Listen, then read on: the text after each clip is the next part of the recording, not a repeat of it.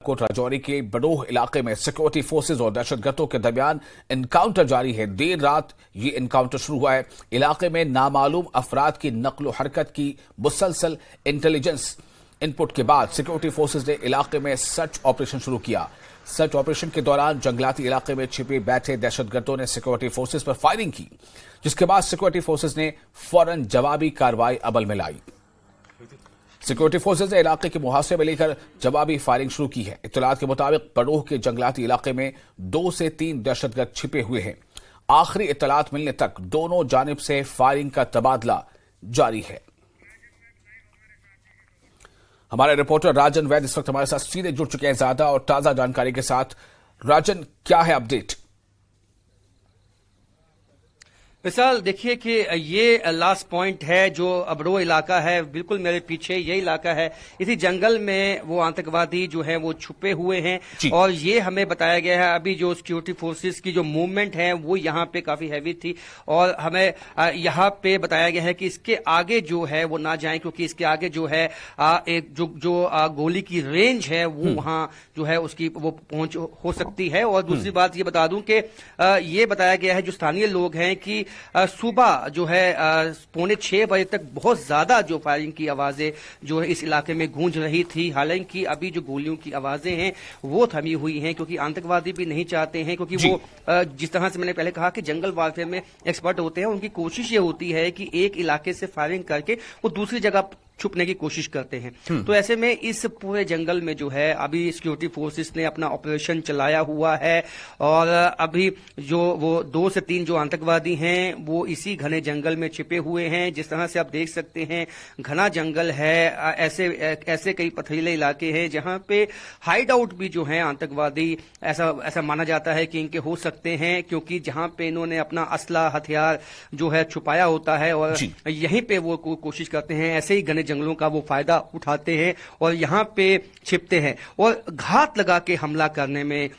हमला करने की कोशिश में होते हैं। जिस तरह से वो देखते हैं कि अगर सेना की कोई टुकड़ी जो है वो जो सर्च ऑपरेशन के लिए पेट्रोलिंग पार्टी निकलती है उस पे घात लगा के हमला किया जाता है इनकी तरफ से, और कोशिश ये होती है कि किसी भी तरह जो है वापस जंगलों में आके अपने हाइड आउट में ये छुप जाते हैं। और ये इलाका जो है आज सुबह तक ये गूंज रहा था गोलियों की आवाजों से, लेकिन अभी जिस तरह से मैंने कहा कि आतंकवादी कोशिश में है, उनको पता लग चुका है कि वो घिर चुके हैं और किसी वक्त भी सेना उन तक पहुंच के उनका सफाया कर देगी। तो अपनी लोकेशन को छुपाने के लिए जो है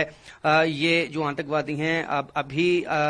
एक लोकेशन से दूसरी लोकेशन तक जो है वो पहुंचने की कोशिश करते हैं ताकि उनकी जो मूवमेंट है वो ना पता चल सके और भाग निकलने में कामयाब हो। वहीं सेना की ये कोशिश है कि इस इलाके को पूरा मुहासे में लेके और पूरा जो कॉर्डन ऑफ किया हुआ है ताकि वो किसी भी तरह बच के ना निकलने पाए, क्योंकि रात भर जो है वो फायरिंग हुई है और ये बताया जाता है कि हैवली आर्म्ड हैं, यानी कि जो आतंकवादी हैं उनके पास काफी हथियार असला मौजूद है। और ये बताता है कि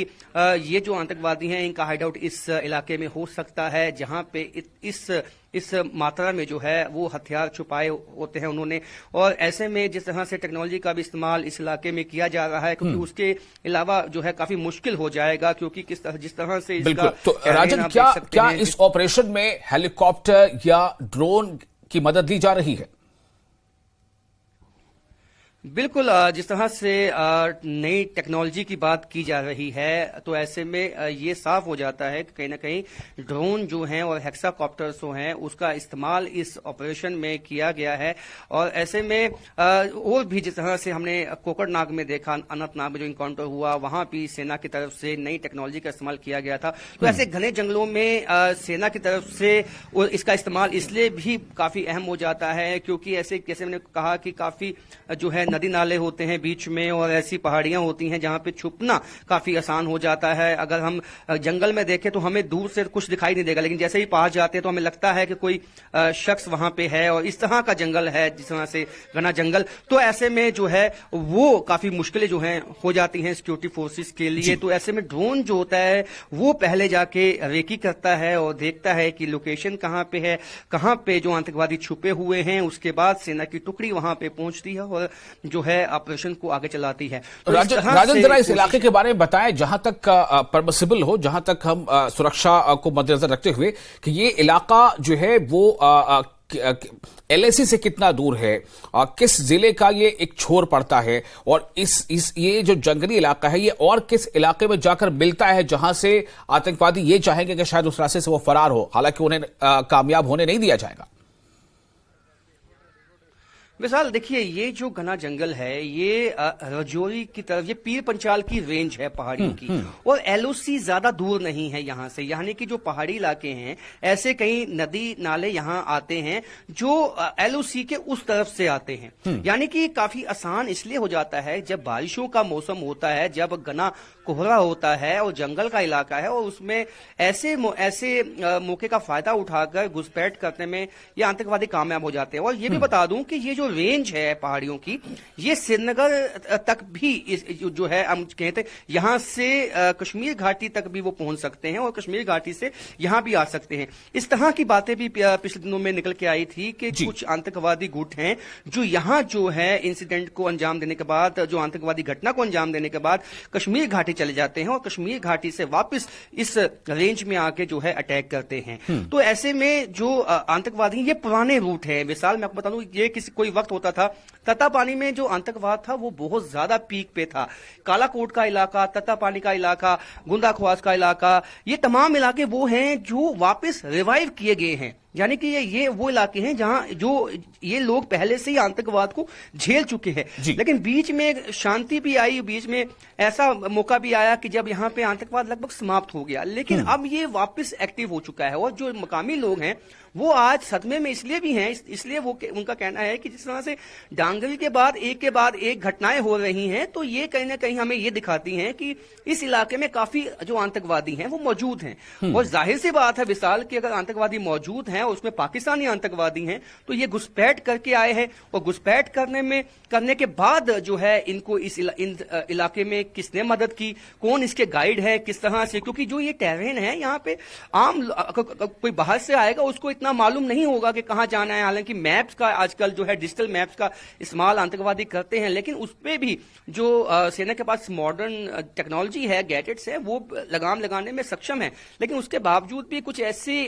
एप्स हैं जिनका इस्तेमाल करके जो आतंकवादी जो हैं ये इस इलाके में चलते हैं और छुपे रहते हैं। तो यानी कि हम ये कह सकते हैं कि टेक्नोलॉजी वाइज जो है ये आतंकवादी भी उससे भली भांति जो है वो जानते हैं और उसका इस्तेमाल वो भी करते हैं, और तभी इस इलाके में जो है अपनी मूवमेंट को छुपा के रखते हैं। क्योंकि अगर ये कोई भी, क्योंकि ये मोबाइल यूज नहीं करते हैं, अगर ये मोबाइल भी यूज करते हैं तो इनके OGWs जो हैं उनका मोबाइल इस्तेमाल किया जाता है। तो ये क्योंकि हमने जब देखा था डांगरी की घटना, उसके बाद कई घटनाएं हुई, उसके बाद कई OGWs पे इसी इलाके में दबिश की गई थी। रजौरी के इलाके में कई OGWs को उठाया गया था, उनसे पूछताछ की गई थी। तो ये साफ हो जाता है, ये तो पुलिस भी मानती है कि जो OGWs हैं कुछ एक्टिव हो चुके हैं। क्योंकि पाकिस्तान की कोशिश ये है, ISI की कोशिश ये है कि कश्मीर घाटी में हमने देखा है कि अगर कोई आतंकवादी घटना होती है या आतंकवादी आते हैं तो कुछ ही दिनों में या कुछ महीनों में उनका सफाया हो जाता है। अब वो नए रास्ते खोजने की कोशिश में है। यानी कि उनका मतलब है कि नए जो हैं ऐसे मोर्चे खोल दिए जाएं, जम्मू सूबे को जो है आतंकवाद की भट्टी में झोंक दिया जाए, वहां पे मिलिटेंसी को रिवाइव कर दिया जाए,